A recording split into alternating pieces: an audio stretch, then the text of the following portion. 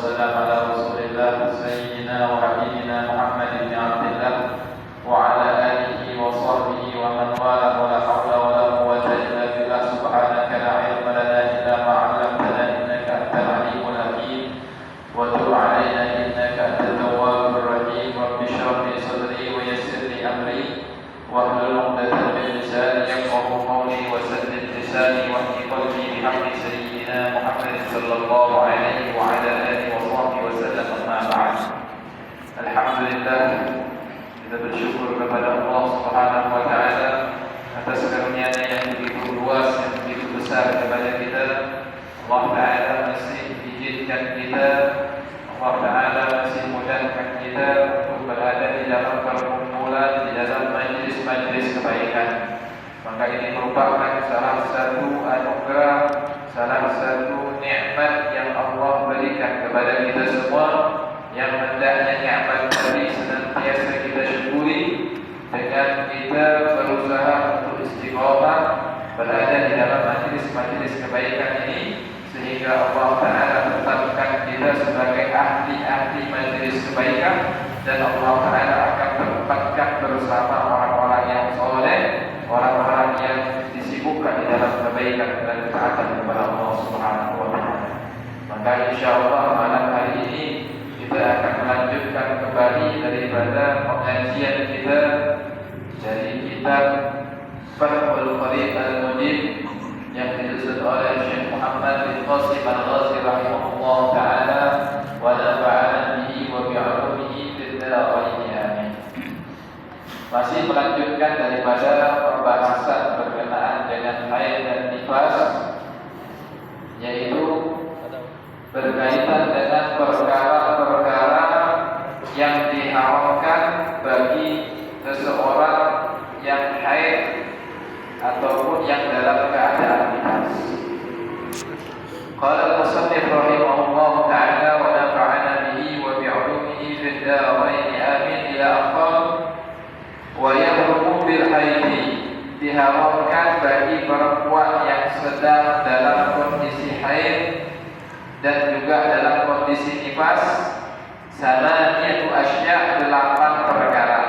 8 perkara ini tidak boleh untuk dilakukan perempuan yang dalam kondisi haid ataupun nifas.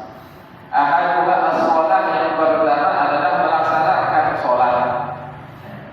Fardhon aw naflan, baik sholat fardu ataupun sholat sunnah.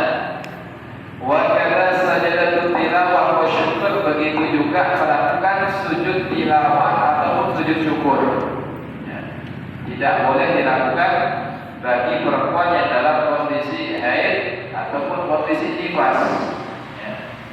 Maka kalau seandainya dia datang suatu nikmat yang tiba-tiba, cukup mengucapkan dengan alhamdulillah. Tidak boleh melakukan sujud syukur karena itu bentuk daripada suatu ibadah, yang mana ibadah itu membutuhkan syarat, yaitu dalam kondisi suci. Ibadah ini kalau dilakukan tidak memenuhi syarat yang ditetapkan syariat, bukannya datangkan pahala, justru membuat kita mendapat dosa. Karena kita mengerjakannya tidak sesuai dengan aturan. Jangankan perkara syariat, perkara urusan dunia saja, bahannya sama semua, resepnya sama, cara mengolahnya tidak betul, tidak jadi, bahkan rusak. Kuenya tidak jadi, makanannya tidak jadi, itu baru urusan makanan. Apalagi urusan kesehatan. Bahan obatnya sama tapi salah cara konsumsinya, dosisnya dan lain sebagainya, membahayakan orang, membahayakan fisiknya. Nah, kalau urusan agama lebih bahaya lagi. Kalau orang ini ibadah asal-asalan, sesuai dengan keinginannya saja, nggak mengikuti aturan syariat, maka merusaknya lebih besar daripada manfaatnya. Makanya syarat pertama dalam ibadah adalah harus didasari dengan ilmu. Wa kullu man bi ghairi ilmin ya'malu 'amaluhu mardudatun la tuqbalu. Setiap yang beramal tanpa ada dasar ilmu, maka amalnya ditolak, tidak akan diterima. Penting daripada kita mengetahui syarat-syarat setiap ibadah tersebut, sehingga bukan hanya dengan menurut saya begini. Tidak boleh beribadah itu hanya dengan menurut saya dan sebagainya. Begitu juga wasani yang kedua yang diharamkan bagi perempuan dalam keadaan haid adalah as-shaum, melakukan puasa. Fardhan atau naflah, baik puasa fardu ataupun puasa sunnah. Enggak boleh perempuan dalam kondisi haid sengaja enggak makan, enggak minum, niatnya puasa. Kalau sengaja enggak makan, enggak minum bukan niat puasa, maka boleh-boleh saja. Niatnya diet, niatnya untuk kesehatan, atau memang lagi malas makan, enggak masalah. Tapi jangan sampai tidak makan, tidak minumnya niatnya adalah berpuasa. Maka itu diharamkan, tidak akan mendatangkan daripada pahala, justru berdosa. Wasalis dan yang ketiga qiraatul Quran, membaca Al-Quran. Membaca Al-Quran tidak boleh. Perempuan dalam kondisi haid, kondisi nifas, baca ayat Al-Quran dengan niat sebagai Al-Quran tidak boleh. Kalau niat sebagai doa, sebagai zikir, maka diperbolehkan. Warabi masul mushaf, yang keempat menyentuh mushaf. Yang dimaksud dengan mushaf di sini bahwa ismun lil maktubi min kalamillah ta'ala, nama untuk yang tertulis, untuk sesuatu yang tertulis daripada kalam Allah, baina dafatain, yang terdapat di antara dua sampul. Artinya sesuatu yang tertulis di dalam mushaf, di dalam lembaran daripada firman Allah, maka itu dinamakan mushaf Al-Quran. Meskipun yang tertulisnya cuma satu ayat atau sebagian ayat yang bisa dipahami maknanya, maka itu sudah termasuk Al-Quran. Enggak boleh disentuh bagi perempuan yang dalam kondisi haid. Wa hamluhu, begitu juga membawanya, menyentuh saja enggak boleh, apalagi sampai membawa. Illa idza khafat alaihi, kecuali kalau khawatir mushaf itu berada di tempat yang enggak layak, mushaf itu akan dihinakan dan lain sebagainya, boleh diambil, ditaruh di tempat yang layak, tempat yang bagus. Wa dukhulul masjid, dan yang kelima masuk ke dalam masjid. Tidak boleh bagi perempuan yang haid ini masuk ke dalam masjid. In khafat talwisu, kalau dia khawatirkan mengotori daripada masjid tersebut. Wasalisu, dan yang keenam at-tawaf, melakukan tawaf, mengelilingi Ka'bah. Fardhu atau naflah, baik yang fardu, tawaf fardu ataupun tawaf sunnah.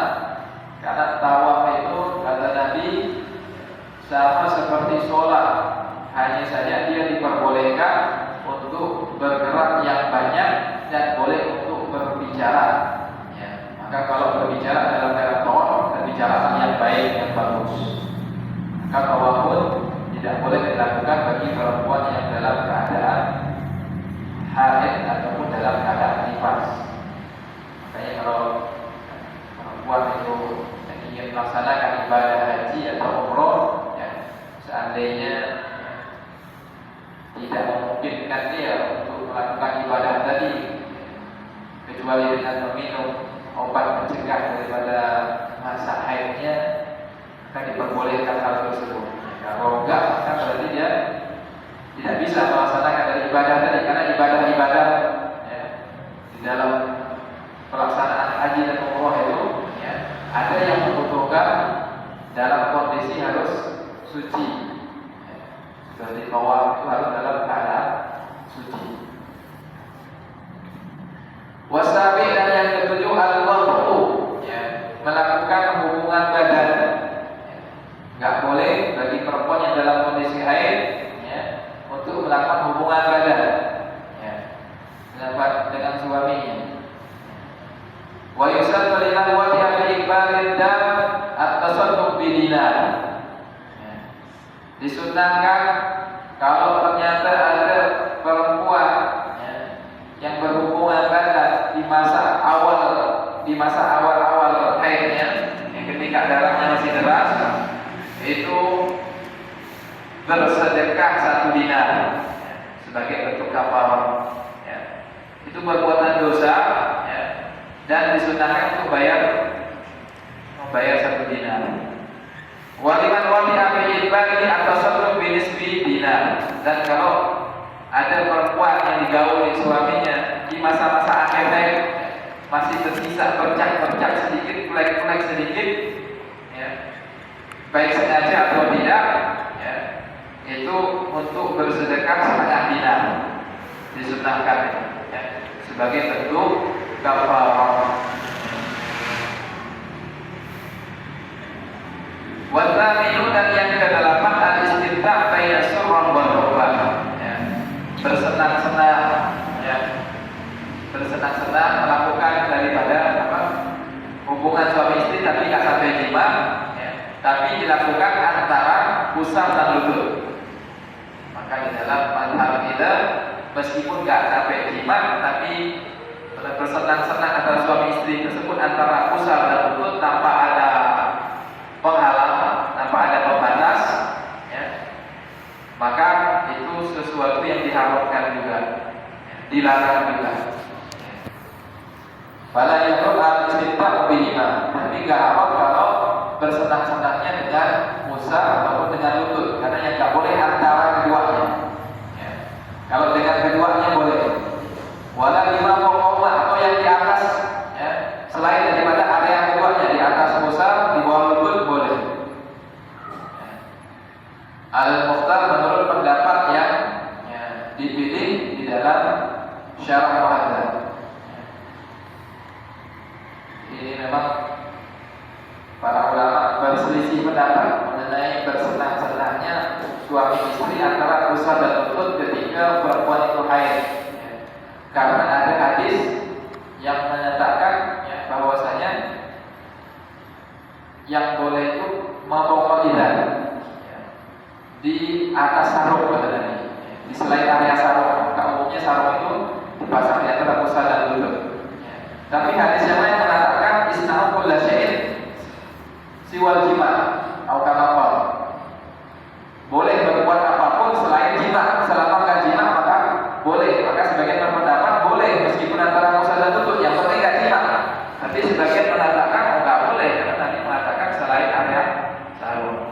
Maka ulama dari kalangan Imam Syafi'i lebih mengambil kehati-hatian urusan ini, lebih baik tidak melakukan yang antara pusar dan lutut, karena dikhawatirkan kalau sudah dekat area tersebut, nanti bisa hilang, bisa melakukan yang betul-betul disepakati keharamannya, yaitu melakukan jima, sehingga dicegah hal tersebut.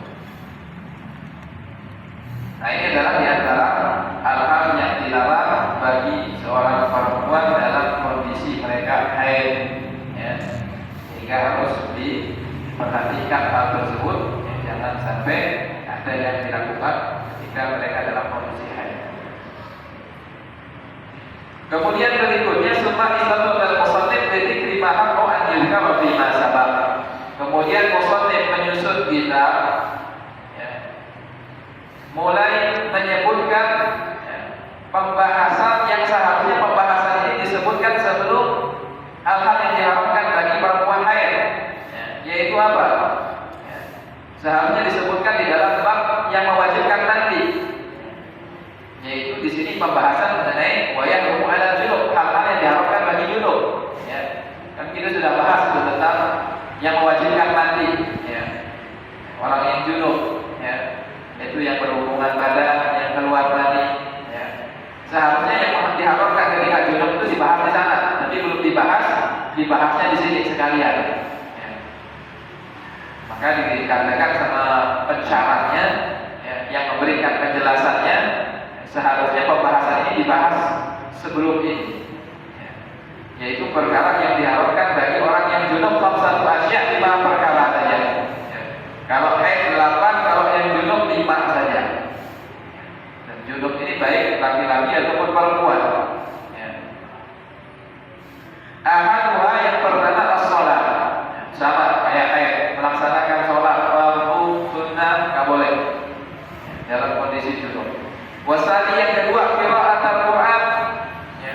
Membaca Al-Qur'an ayat mansukh tilawah, yaitu Al-Qur'an yang belum dinasakh secara tilawahnya.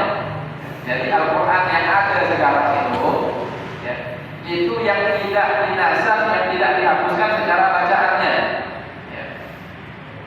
Karena ada dulunya di zaman Nabi,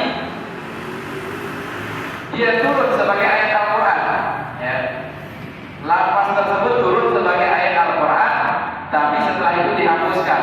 Status dari ayat Al-Qurannya dihapuskan, diangkat nggak jadi ayat Al-Quran lagi, artinya nggak dicantumkan lagi di dalam mushaf, di dalam 30 juz itu nggak tercantum lagi. Ada seperti itu, ya. Jadi di dalam ilmu ulumul Quran namanya, ilmu tentang Al-Quran itu dibahas, ya. Ada yang dulunya ayat Al-Quran sekarang sudah dihapuskan, ya. Salah satunya ayat asy-syaikhu wasy-syaikhatu idza zanaya farjumuhumal battah, ya.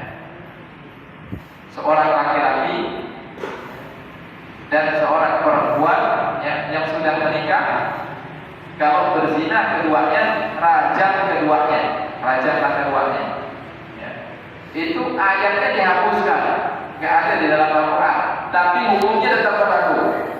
Hukum rajam bagi laki-laki yang sudah menikah, perempuan yang sudah menikah melakukan zina, itu dirajam tetap berlaku, tapi ayatnya nggak ada di dalam Al-Quran.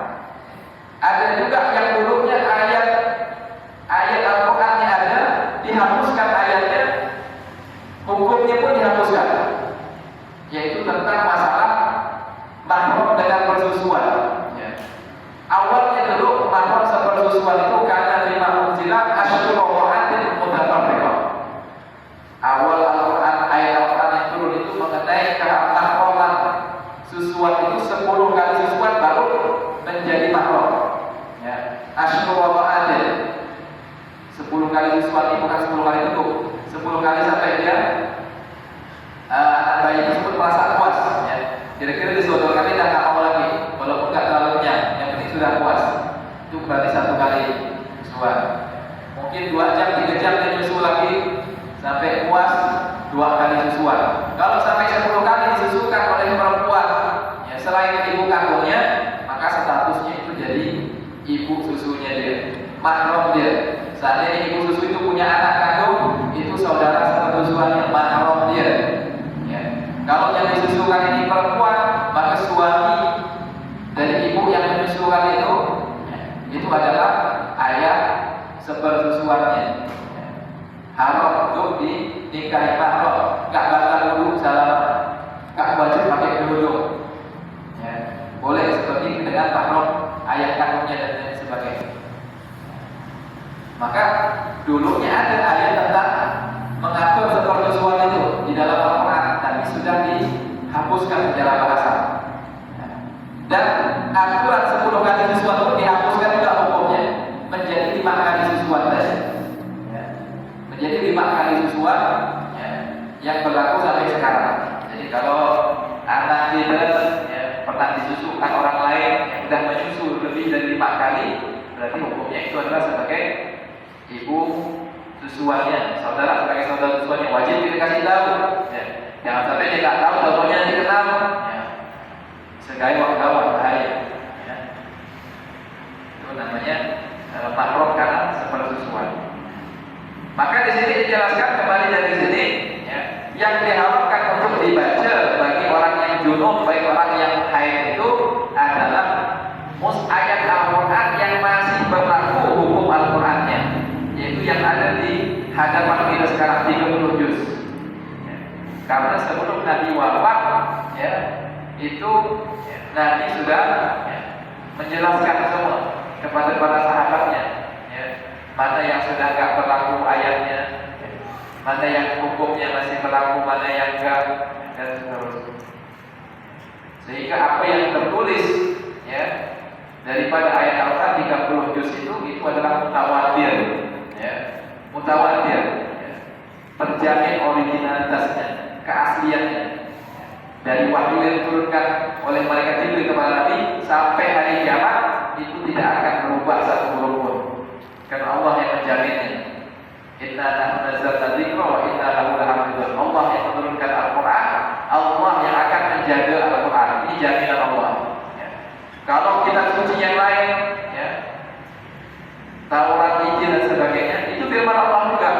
Tapi Allah nggak menjamin, ya, dia akan terus, ya, keasliannya terus terjaga sehingga yang ada sekarang, ya, itu sudah bukan yang original, bukan yang asli. Tapi Al-Quran dijamin Allah sampai akhir zaman akan terjamin keasliannya. Maka yang haram untuk dibaca adalah yang belum terhapuskan secara status Al-Qurannya di dalam bacaan.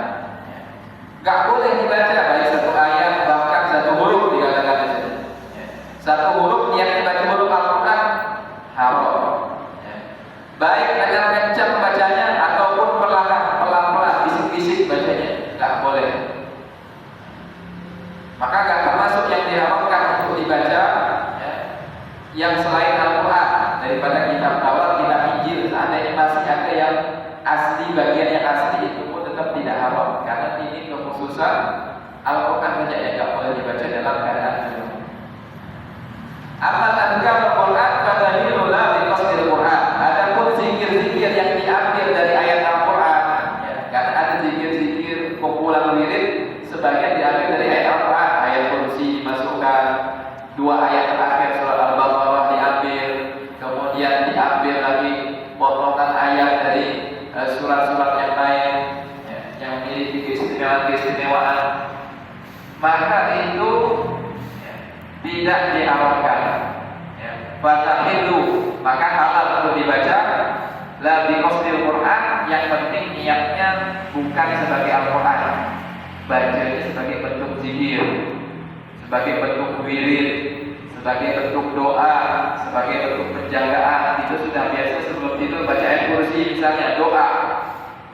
Kebetulan dulu lagi malas mau mandi sebelum tidur, mandinya nanti sebelum subuh. Gak apa-apa, cukup kita membersihkan kemaluan, wudu, ya, untuk menghilangkan kemakruhan tidur dalam keadaan junub. Kemudian mau tidur kita boleh baca ayat kursi, ya. Mau tidur kita boleh, ya, membaca ayat-ayat perlindungan, penjagaan, ya. Karena niatnya bukan sebagai Al-Quran. Wasalisu masul mushaf wahamluhu. Yang ketiga, sama kayak perempuan yang haid, diharamkan menyentuh mushaf dan membawanya, apalagi, ya, lebih diharamkan lagi. Warabi, dan yang keempat, at-tawaf, melakukan tawaf, ya. Fardhan aw sunnah, baik yang fardu atau yang sunnah. Wal khamisu, dan yang kelima adalah fil masjid, ya, berdiam diri di dalam masjid lijanubil muslim, bagi orang muslim yang junub, ya. Gak boleh bagi orang muslim yang junub. Kalau ada orang non-Islam, ya, lagi pengen berteduh, ya, pengen melepas penat di masjid, ya, numpang duduk, numpang minum, gak apa-apa, biasa, ya. Kenapa yang dilarang itu orang junub yang Islam, ya. Meskipun dia itu orang, ya, orang muslim itu, ya, kalau sudah menikah ya otomatis kan dalam kondisi junub, ya. Karena mereka nggak bisa mandi besar kecuali dengan niat, dan niat itu syaratnya adalah masuk Islam. Tapi tidak diharamkan, ya. Boleh saja, ya, kasih tempat, ya, mereka, ya, untuk istirahat, untuk minum sebagainya. Di zaman Nabi, ya, tawanan itu diikat di tiang masjid, ya, diikat di tiang masjid, dikasih makan, dikasih minum, tawanan. Orang kaget, gara-gara melihat orang Islam masuk Islam, ya. Maka jangan sampai hari ini kita, ya, ini, ya, tidak mencerminkan daripada akhlaknya mulia para Nabi Muhammad SAW, ya, yang dengan akhlak mulia beliau kepada orang kafir ini menyebabkan masuk Islam. Jadi diharapkannya orang junub itu yang Islam, ya, masuk di masjid. Illa li darurah, kecuali kalau darurat. Kapan ihlal ambil masjid, seperti orang yang mimpi basah di dalam masjid. Mungkin menunggu maghrib dan isya, zikir, ketiduran. Ya. Dalam kondisi tidurnya mimpi, ya. Keluar, ya. Basah mimpinya. Ya. Maka orang yang seperti ini, ya, wa ta'adzara 'alaihi khuruj, dan dia tak memungkinkan keluar, terkunci pintunya misalnya. Ya. Enggak tahu pengurusnya ada yang tidur, terkunci pintunya, dia nggak bisa keluar. Ya. Maka nggak haram dia berdiam di masjid, nggak bisa keluar, terkunci. Ya. Di khawfi ala nafsi aw mali. Ya. Termasuk juga misalnya orang yang khawatir akan keselamatan dirinya atau hartanya sehingga bersembunyi di masjid, maka tidak diharamkan meskipun dalam keadaan junub. Wa kharaja bil masjidi al-madaris wal ribah. Dan tidak termasuk daripada kategori masjid kalau di sekolah-sekolah, madrasah-madrasah ataupun di pondok pesantren. Ya. Itu enggak diharamkan, ya, orang junub, ya, untuk berada di situ. Ya. Di pondok pesantren atau di madrasah-madrasah. Karena yang diharapkan adalah hanya di masjid. Ya.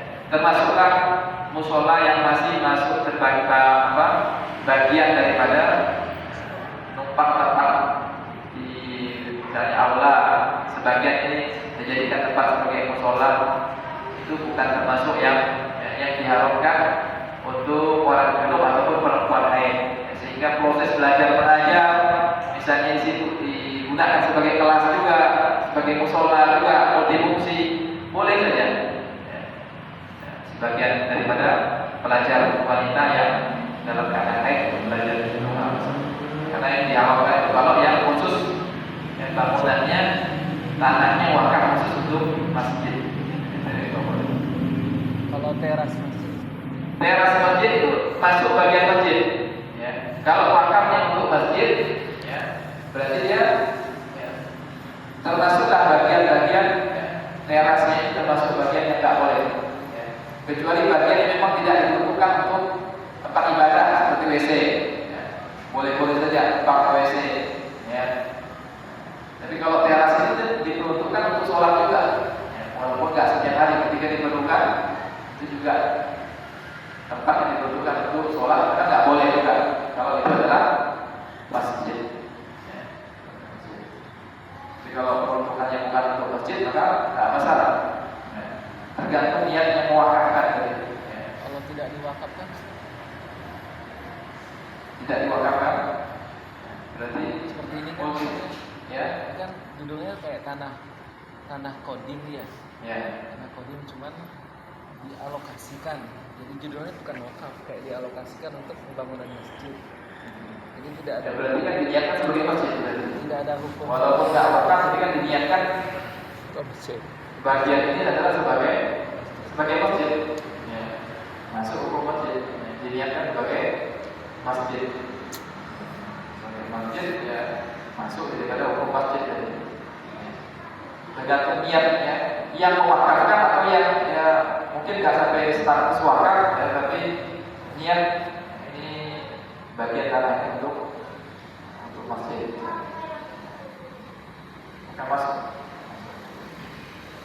Kalau misalnya orang punya gedung, ya, 15 lantai, diperuntukkan lantai 15 untuk masjid, ya, berarti statusnya status masjid, tidak boleh ada perempuan haid naik ke lantai 15.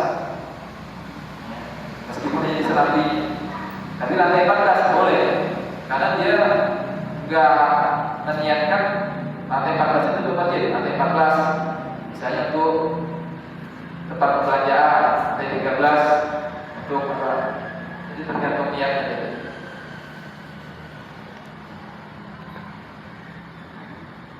Nah, ada yang mau tanya, silakan. Berarti termasuk kamar di dalam rumah sendiri kalau diniatkan untuk musola ke masjid? Enggak, kalau untuk musola kan, ya, musola atau masjid. Kalau untuk musola enggak masuk hukumnya statusnya masjid. Ya. Jadi masjid itu memang, ya, memang diniatkan untuk, ya, Sholat Jumat gitu. ya, berlaku, ya, untuk siapa saja, ya, memasukinya, ya, terbuka untuk umum, ya. Salat di masjid. Kalau musola di rumah, musola di halaman, ya, di tempat kita, ya, nggak boleh. Wah, tiba-tiba ada orang nyolong masuk kamar, kan mau masjid. Itu kan hanya kita sebagai tempat itu musola, kita ibadah di situ, ya. Tidak masuk hukum masjid di situ, ya. Status masjid nggak masuk, boleh saja dalam keadaan haid atau dalam keadaan junub di situ, ya, mungkin berzikir dan sebagainya, ya. Masuk kalau masjid Al-Ikhlas kan 2 lantai, Ustaz. Nah, ini tergantung yang meniatkan. Tergantung yang meniatkan. Siapa yang meniatkan? Kita nggak tahu siapa yang mewakafnya atau meniatkannya bagaimana. Apakah meniatkannya semua bagaimana yang bermasjid atau hanya bangunan tertentu saja? Itu tergantung meniatkan saja. Ya, ada lagi saya. Assalamualaikum warahmatullahi wabarakatuh. Waalaikumsalam warahmatullahi wabarakatuh. Pernah saya mendengarkan dari seorang ustadz bahwa untuk sholat sunat adalah sebaik-baiknya di tempat yang tersembunyi. Biasanya di kamar tidur. Di sini tempat untuk sholat sunat. Nah, di situ juga di tempat situ juga tempat jima. Berarti orang yang berjima di situ otomatis junub. Jadi apakah tempat untuk sholat itu haram atau boleh diinjak di situ? Karena dia ada di ruang. Jangan untuk di situ untuk sholat. Apakah hal itu bisa orang tempat sholat itu di rumah itu juga tempat di ruang itu tempat jima dan sebagainya yang sifatnya untuk keluarga itu saja. Terima kasih. Assalamualaikum. Dia melakukan, ya, sholat di rumah, ya, sholat sunat, ya, memang ada perintah khusus dari Nabi, ya, untuk hiasi rumah itu dengan sholat, ya, yaitu sholat sunat, ya. Jadi paling bagusnya itu sholat sunat itu di rumah, ya, kecuali kalau sholat fardu itu di masjid, ya. Paling bagus sholat sunnah itu di rumah, ya. Kecuali kalau misalnya dia khawatir kalau sholat sunnah di rumah, ya, ketinggalan, ya, untuk dapat takbiratul ula, maka nggak apa-apa sholat sunnahnya di masjid, ya, sunnah qobliyah yang waktunya ini berdekatan dengan pelaksanaan sholat fardu, ya, di masjid. Atau misalnya khawatir kalau kerja di rumah jedanya terlalu lama, misalnya melaksanakan ba'diyah, ya. Kalau ngejar di rumah mungkin terlalu lama jedanya, langsung di masjid nggak apa-apa, ya. Tapi kalau sunnah-sunnah yang lain anjurannya dilakukan di rumah, ya. Maka boleh dia melakukan di rumah di bagian mana saja, yang penting tempatnya bersih, tempatnya suci, tempatnya layak, boleh, ya. Terus gimana seandainya selain dipakai sholat itu dipakai juga untuk kegiatan lain, kegiatan makan atau di kamar tidur, di kegiatan dia sama istri dan sebagainya? Tidak apa-apa, tidak masalah selama dia, ya, tempat itu tidak, ya, dia niatkan sebagai masjid atau sebagai tempat khusus ibadah, ya. Hanya tempat serbaguna saja, ya. Kadang dipakai sholat, kadang dipakai tempat santai, nggak ada masalah, ya. Nggak ada masalah. Yang penting tempatnya layak, tempatnya Ustaz, kalau buku Yasin, ya. buku Yasin. Buku Yasin. Buku Yasin itu termasuk mushaf juga, ya, karena tertulis daripada ayat Al-Quran bahkan 1000 surat, ya. Maka harus menjaga kehormatan buku Yasin, ya. Apalagi kalau buku Yasin yang nggak ada terjemahannya, nggak ada latinnya, ya. Nggak ada tahlilnya, khusus Yasin saja itu nggak boleh dipegang orang yang junub, nggak boleh orang junub nyentuhnya, orang lain nyentuhnya nggak boleh. Kecuali kalau Yasin itu ada yang selain Yasin di situ, ada tahlilnya, ada terjemahannya, ada latinnya, maka boleh memegangnya sebagai ini adalah sebagai buku terjemahan atau buku Yasin Tahlil, ya, bukan sebagai mushaf. Ya. Jadi menyentuh daripada mushaf yang murni mushaf, nggak ada yang lain-lainnya haram. Ya. Tapi kalau ada terjemahan atau tafsir yang dia lebih banyak, lebih dominan dibanding tulisan mushaf Al-Quran, kalau dikatakan jumlah hurufnya kalau dihitung lebih banyak jumlah huruf tafsir dan terjemahan, maka itu nggak masalah. Jadi memegangnya atas dasar itu tafsir atau terjemahan. Ya. Maka itu boleh ya, untuk dipegang. Tapi tetap kehormatannya dijaga. Mohon maaf kadang ya, kita lihat di kampung-kampung orang itu kalau tahlilan, yang habis tahlilan buku yang saya tahlil letakkan di lantai, ya, sejajar dengan kaki dia. Ini tidak beradab kepada tulisan ayat Al-Quran, firman Allah. Ya, kan? Yaitu pengakuan kepada syiar-syiar agama itu termasuk dalam mushaf Al-Quran itu harus diprioritaskan. Kalau memang dia tidak ada tempat untuk naruhnya, sementara taruh minimal di atas pahanya dia, ya. Atau taruh di atas meja, atau biasanya dia keliling taruh di situ, jangan taruh di bawah. Ya.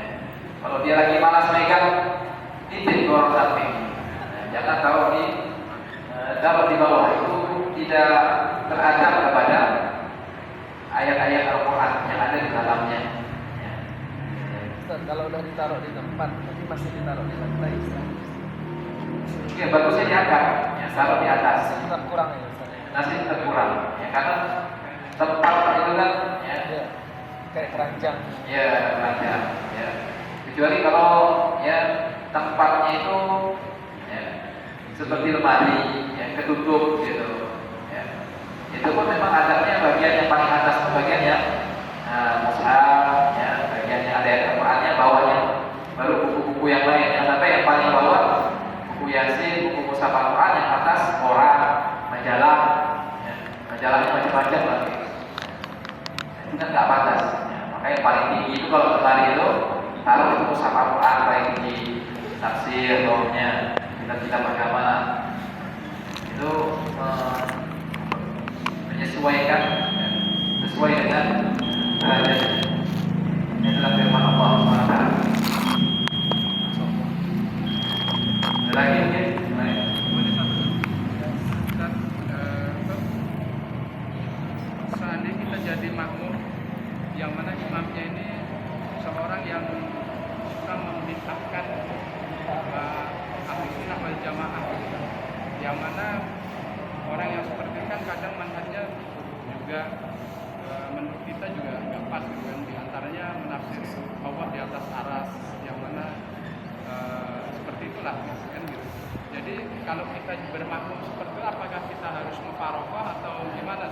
Bermakmum dengan ya, orang yang memiliki akidah di luar Ahlussunnah wal Jamaah, ya. Orang yang memiliki akidah Ahlussunnah wal Jamaah, ya. Kita Ahlussunnah wal Jamaah itu tidak mudah mengkafirkan orang, ya. Maka kalau ada yang pemahaman yang melenceng, maka kita katakan ini pemahamannya salah, pemahamannya tidak betul, ya. Tapi dia masih tetap statusnya sebagai saudara kita orang Islam. Selama masih bersaksi Allah sebagai Tuhannya, Nabi Muhammad adalah utusan Allah, Al-Quran adalah kitabnya, Ka'bah adalah kiblatnya, maka dia masih saudara kita. Meskipun ada pemahaman-pemahaman yang melenceng, tidak sesuai dengan Ahlussunnah wal Jamaah, bertakwa dengan mereka hukumnya makruh. Ya. Tapi kalau seandainya nggak tahu atau sudah terlanjur, ya, maka tetap sah, ya. Cuma makruh. Ya. Seandainya ada yang dengan pemahaman Ahlussunnah, maka itu lebih afdal, lebih utama. Ya. Sebagaimana bermakmum dengan orang fasik, orang yang tidak tahu dia ini yang suka berbuat dosa besar, ya. Terus-menerus melakukan dosa kecil tanpa bertobat, ya. Maka itu makruh bermakmum di belakangnya, tapi tetap sah. Artinya kalau kita saat itu tahu memang dari awal gitu, kan pernah satu ketika itu kan kita itikaf di situ 3 hari gitu kan. Dan ternyata yang dijadikan imam oleh tempatan orang-orang seperti itu artinya kita Iya, kalau memang memungkinkan ada imam yang lain, berjamaah imam yang lain, maka lebih afdol. Tapi kalau nggak memungkinkan, bisa kita sedang itikaf di situ, ya sudah. Ya. Lebih baik tetap berjamaah daripada sholat sendiri. Ya. Tapi kalau misalnya masih bisa memilih tempat yang lain, ya, imam yang lain, maka itu lebih afdol. Insyaallah ya. Insyaallah kita cukupkan dulu daripada teman kita malam hari ini. Semoga kita bermanfaat dapat kita amalkan dan sampaikan kepada saudara kita yang lain. Subhanallah wa bihamdika, asyhadu an la ilaha illa anta, astaghfiruka wa atubu ilaik. Wassalamualaikum warahmatullahi wabarakatuh. Waalaikumsalam warahmatullahi